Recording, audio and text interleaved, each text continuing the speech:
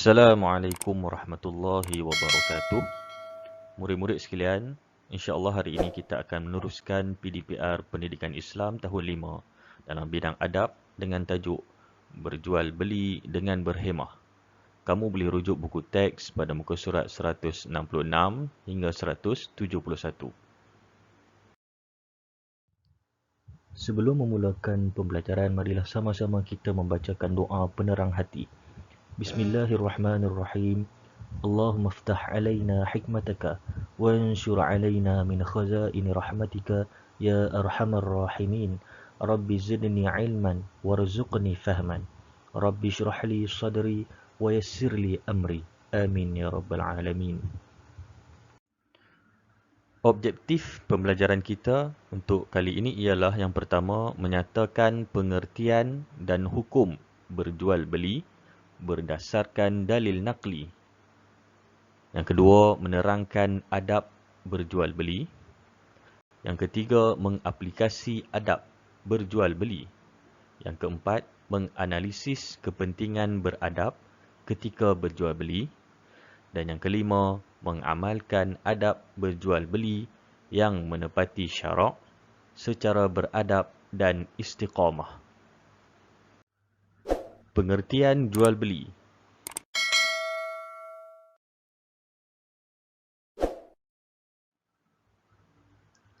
Apakah itu jual beli?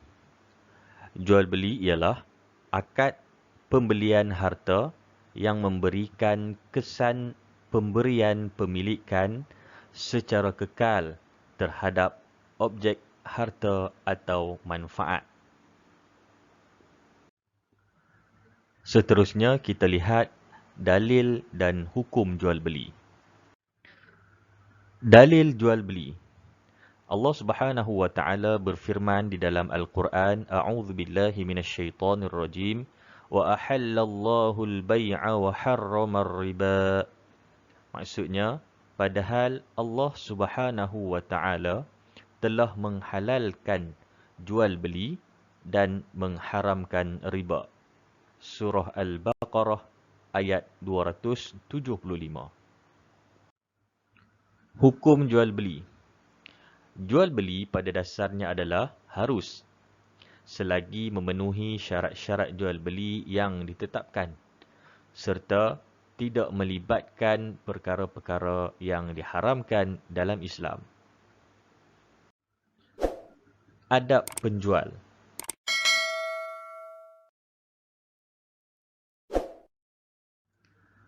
Adab penjual yang pertama ialah mesra dan mudah senyum. Yang kedua, jujur dan berterus terang serta tidak menipu dalam timbangan dan sukatan. Dikena timbang betul-betul, tidak boleh kurang daripada sukatan yang sepatutnya. Menjual barang yang halal dan berkualiti serta tidak menjual barang yang haram. Pastikan barang yang hendak dijual adalah barang yang keadaannya masih okey, masih baik, dan barang-barang yang hendak dijual itu bukanlah barang yang haram seperti mengandungi arak, dadah, unsur-unsur yang haram seperti babi dan sebagainya. Seterusnya, mengucapkan terima kasih setelah selesai urusan jual beli. Sabar dan bertolak ansur dengan pelanggan. Sebagai seorang penjual, kena ada sifat sabar kerana kerenah ataupun perangai seseorang pembeli itu macam-macam. Jadi dia kenalah bersabar. Seterusnya, tidak memonopoli barang untuk dijual dengan harga yang tinggi dan mengambil keuntungan pada kadar yang sepatutnya. Dan yang terakhir, mengelakkan elemen ataupun unsur-unsur riba. Adab pembeli.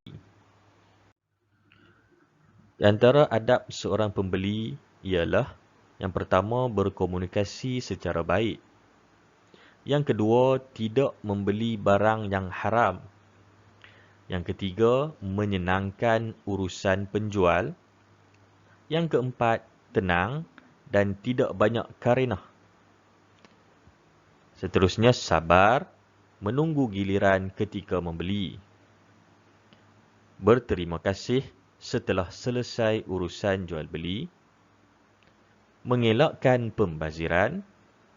Dan yang terakhir, bertimbang rasa, terutama ketika kekurangan stok barangan. Apakah barang yang haram?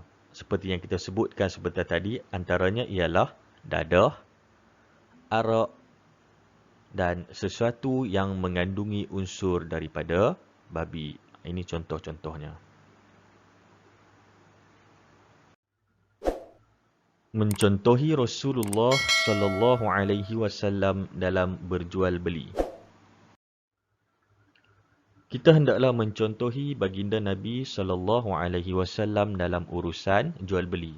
Antaranya ialah bertolak ansur. Rasulullah sallallahu alaihi wasallam memberitahu bahawa Allah Subhanahu wa taala merahmati orang yang bertolak ansur ketika menjual, membeli dan menuntut hutang. Seterusnya, jujur dan amanah. Pesan Rasulullah sallallahu alaihi wasallam kepada penjual dan pembeli agar jujur ketika berjual beli bagi mendapatkan keberkatan hidup.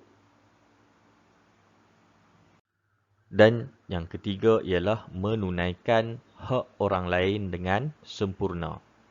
Rasulullah sallallahu alaihi wasallam memerintahkan agar seorang sahabat yang pernah berhutang seekor unta agar memberi sahaja unta yang dimilikinya yang berkeadaan lebih baik sebagai ganti unta yang diberi hutang sebelum itu.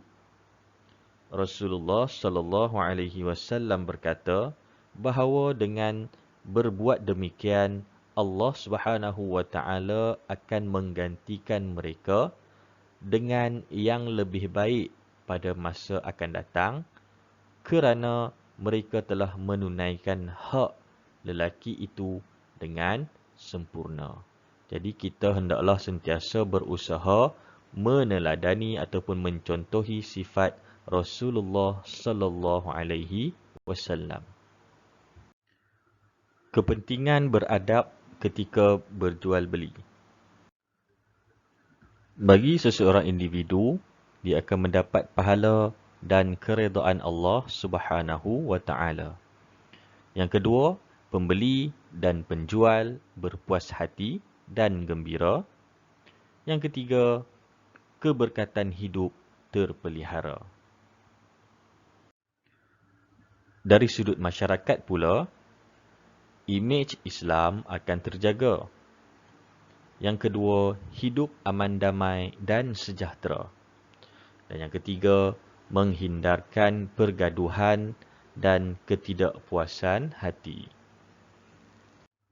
Dari aspek sesebuah negara pula, negara akan sentiasa dalam keadaan harmoni, dapat menjaga kestabilan ekonomi negara dan memelihara imej negara pada pandangan masyarakat luar.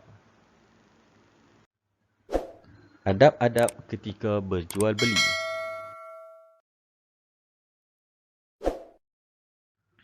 Okey, yang pertama kita tengok adab berjual beli ketika di kantin atau di kedai makan. Yang pertama, untuk seorang penjual, dia mestilah sabar dan mesra melayan pelanggan. Yang kedua, menyediakan makanan halal, bersih dan berkhasiat. Untuk seorang pembeli pula, beratur dengan tertibnya dan sentiasa berhati-hati. Dan yang kedua, tidak mengambil masa yang lama memilih makanan dan minuman. Seterusnya, di pasar jualan. Untuk seorang penjual, dia mestilah jujur dan tidak menipu dalam timbangan.